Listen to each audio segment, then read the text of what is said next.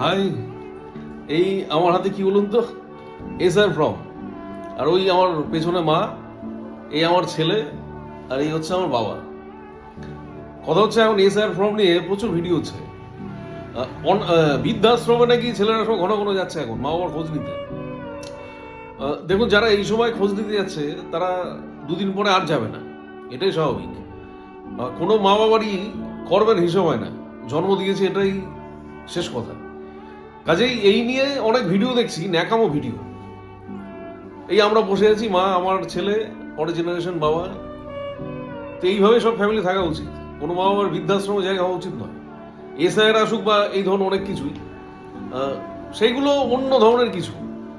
কিন্তু যে সন্তানরা মা বাবাকে বৃদ্ধাশ্রমে রাখে তারা মানুষ হয়তো, কিন্তু কারো সন্তান হতে পারে না। কাজেই এসআইআর ফর্ম ফিল আপ করতে হবে বলে মা বাবার খোঁজ নিচ্ছেন যারা, তারাও একদিন সেই বৃদ্ধাশ্রমেই যাবেন, কারণ আপনার সন্তানও সেই শিক্ষায় পাচ্ছে আপনার কাছ থেকে, তাই না? কাজেই শুধুই এই এসআইআর ছুতো দিয়ে মা বাবার খোঁজ দিতে যাবেন না। সবসময় নিন, সবসময় ভালো রাখুন তাদের।